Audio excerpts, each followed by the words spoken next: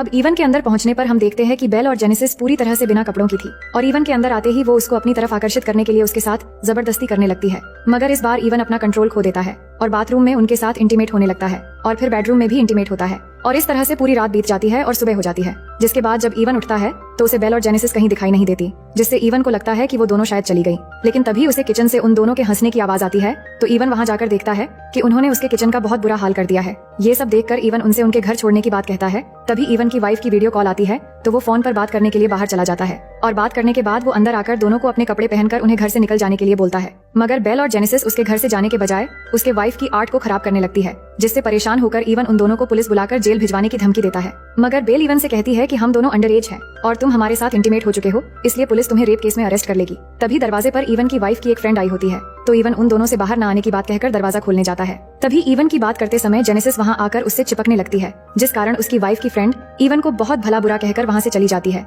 इसके बाद इवन अंदर जाकर दोनों लड़कियों को बहुत डांटता है और इस बार सच में पुलिस को फोन लगा देता है, जिससे बेल और जेनेसिस डर कर उसके घर से जाने के लिए मान जाती है और फिर जैसे तैसे इवन उन्हें अपने गाड़ी में बिठाकर एक घर के बाहर छोड़कर चला आता है और वापस आकर वो पूरे घर की सफाई में लग जाता है, क्योंकि बेल और जेनेसिस ने उसके पूरे घर को गंदा कर दिया था। अब उसके बाद रात को जब इवन अपने काम में लग जाता है तभी अचानक उसे ग्लास टूटने की आवाज सुनाई देती है, जिसे देखने के लिए जब वो जाता है तो वहाँ उसे अपनी फैमिली फोटो नीचे गिरी हुई दिखाई देता है और जैसे ही वो उस फोटो को उठाने के लिए नीचे झुकता है तभी जेनेसिस उसको पीछे से हमला कर देती है, जिससे इवन बेहोश हो जाता है। जिसके बाद जब इवन को होश आता है तो वो खुद को एक बिस्तर पर रस्सी से बंधा हुआ पाता है और जेनेसिस को चिल्लाकर अपने आप को खोलने के लिए कहता है। तभी बेल वहाँ पर इवन के बेटी की स्कूल ड्रेस पहनकर सामने आती है, जिसके बाद दोनों पास आकर इवन के कपड़े उतारने लगती हैं। लेकिन तभी इवन की वाइफ की वीडियो कॉल आ जाती है तो जेनेसिस इवन को बेल के साथ इंटीमेट होने के लिए कहती है। लेकिन इवन के ऐसा ना करने पर जेनेसिस कहती है कि मैं तुम्हारी वाइफ को वीडियो कॉल पर बता दूंगी कि तुम हमारे साथ मजे कर रहे हो। तो इवन बेल के साथ इंटीमेट होने के लिए तैयार हो जाता है और फिर बेल इवन के ऊपर आकर इंटीमेट होने लगती है और इंटीमेट होते हुए बेशर्मों की तरह आवाज निकालने लगती है और जेनेसिस ये सब रिकॉर्डिंग कर रही होती है।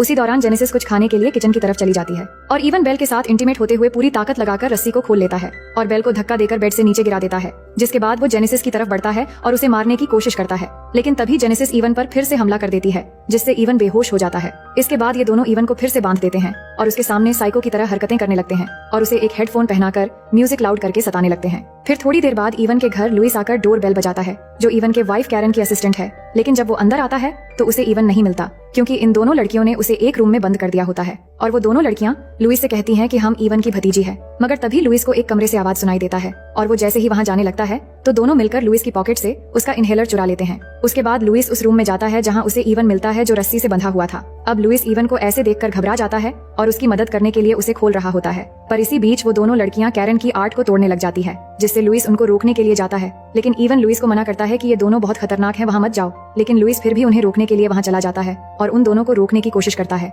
पर वो नहीं मानती और कैरन के आर्ट को तोड़ती रहती है। और इसी बीच लुइस को सांस लेने में तकलीफ होने लगती है, क्योंकि लुइस को अस्थमा होता है और जैसे ही वो अपनी जेब में हाथ डाल के अपना इनहेलर निकालने की कोशिश करता है तो उसका इनहेलर पॉकेट में नहीं मिलता, क्योंकि उसका इनहेलर उन दोनों ने पहले ही निकाल लिया था। अब वो दोनों लड़कियां लुइस का इनहेलर एक दूसरे को कैच करने लगती हैं और लुइस उन दोनों से इनहेलर लेने की कोशिश कर रहा होता है और इसी बीच लुइस का पैर फिसलकर उसका सर एक पत्थर से टकरा जाता है, जिससे वहीं पर ही उसकी मौत हो जाती है। और ये देख के दोनों लड़कियां हंसने लग जाती हैं। अब ये सब देखकर इवन को ये समझ आ जाता है कि ये दोनों लड़कियां पूरी तरह से साइको है। जिसके बाद ये दोनों लुइस की लाश को पेपर से ढककर उसके ऊपर पेंट करके एक मूर्ति की तरह बनाकर उसके लाश को ठिकाने लगा देते हैं और इवन के फोन से लुइस के फोन पर ऐसा मैसेज करते हैं ताकि बाद में लोगों को लगे कि लुइस और कैरन की अफेयर चल रहा था और इसका बदला लेने के लिए इवन ने ही लुइस को मार डाला।